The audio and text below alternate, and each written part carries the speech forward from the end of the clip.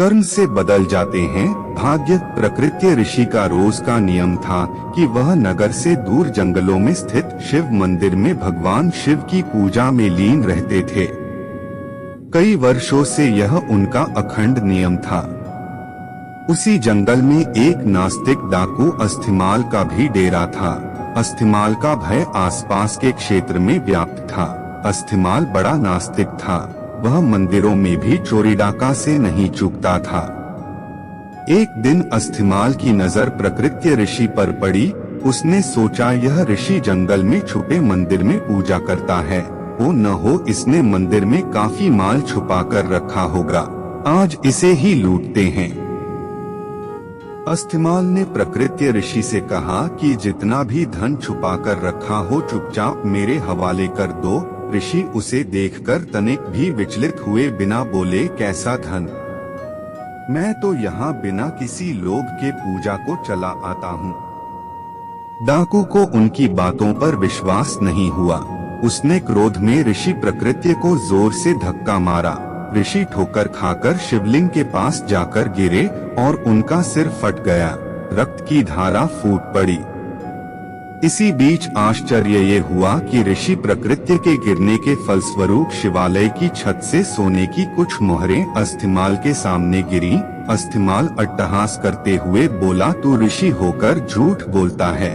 झूठे ब्राह्मण, तू तो कहता था कि यहाँ कोई धन नहीं, फिर ये सोने के सिक्के कहाँ से गिरे?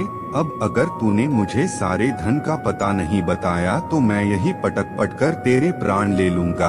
प्रकृति ऋषि करुणा में भरकर दुखी मन से बोले, हे शिवजी, मैंने पूरा जीवन आपकी सेवा पूजा में समर्पित कर दिया, फिर ये कैसी विपत्ति आन पड़ी? प्रभु मेरी रक्षा करें। जब भक्त सच्चे मन से पुकारे तो भोलेनाथ क्यों न आते। भोलेनाथ तत्क्षण प्रकट हुए और ऋषि को कहा कि इस होनी के पीछे का कारण मैं तुम्हें बताता हूँ। यह डाकू पूर्व जन्म में एक ब्राह्मण ही था। इसने कई कल्पों तक मेरी भक्ति की, परंतु इससे प्रदोष के दिन एक भूल हो गई। यह पूरा दिन निराहार रहकर मेरी भक्ति करता रहा। दोपहर में जब इसे प्यास लगी तो यह जल पीने के लिए पास के ही एक सरोवर तक पहुंचा। संयोग से एक गाय का बछड़ा भी दिन भर का प्यासा वहीं पानी पीने आया। तब इसने उस बछड़े को कोहनी मारकर भगा दिया और स्वयं जल पिया। इसी कारण इस जन्म में यह डाकू हुआ। तुम पूर्व जन्म में मछुआरे थे। उसी सरोवर से मछलियां पकड़कर उन्हें बेचकर अपना जीवन यापन करते थे। जब तुमने उस छोटे बछड़े को निर्जल परेशान देखा तो अपने पात्र में उसके लिए थोड़ा जल लेकर आए। उस पुण्य के कारण तुम्हें यह कुल प्राप्त हुआ। पिछले जन्मों के पुण्यों के कारण इसका आज राजतिलक होने वाला था, पर इसने इस जन्म में डाकू होते हुए न जाने कितने निरपराध लोगों को मारा व देवालयों में चोरियां की। इस कारण इसके पुण्य सीमित हो गए और इसे सिर्फ ये कुछ मुद्राएं ही मिल पाईं। तुमने पिछले जन्म में अनगिनत मत्स्यों का आखेट किया, जिसके कारण आज का दिन तुम्हारी मृत्यु के लिए तय था, पर इस जन्म में तुम्हारे संचित पुण्यों के कारण तुम्हें मृत्यु स्पर्श नहीं कर पाई और सिर्फ यह घाव देकर लौट गई। ईश्वर वह नहीं करते जो हमें अच्छा लगता है। ईश्वर वह करते हैं जो हमारे लिए सचमुच अच्छा है।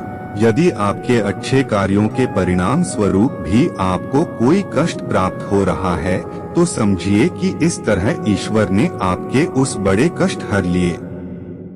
हमारी दृष्टि सीमित है, परंतु ईश्वर तो लोक परलोक सब देखते हैं, सबका हिसाब रखते हैं।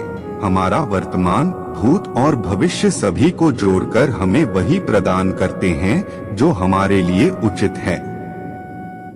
जय श्री कृष्णा। राधे राधे। दोस्तों, वीडियो देखने और सुनने के लिए धन्यवाद। पसंद आया हो तो लाइक, शेयर, कमेंट करें और चैनल पर नए हो तो सब्सक्राइब करें और हमारे लेटेस्ट वीडियो देखने के लिए बेल आइकन की घंटी जरूर प्रेस करें।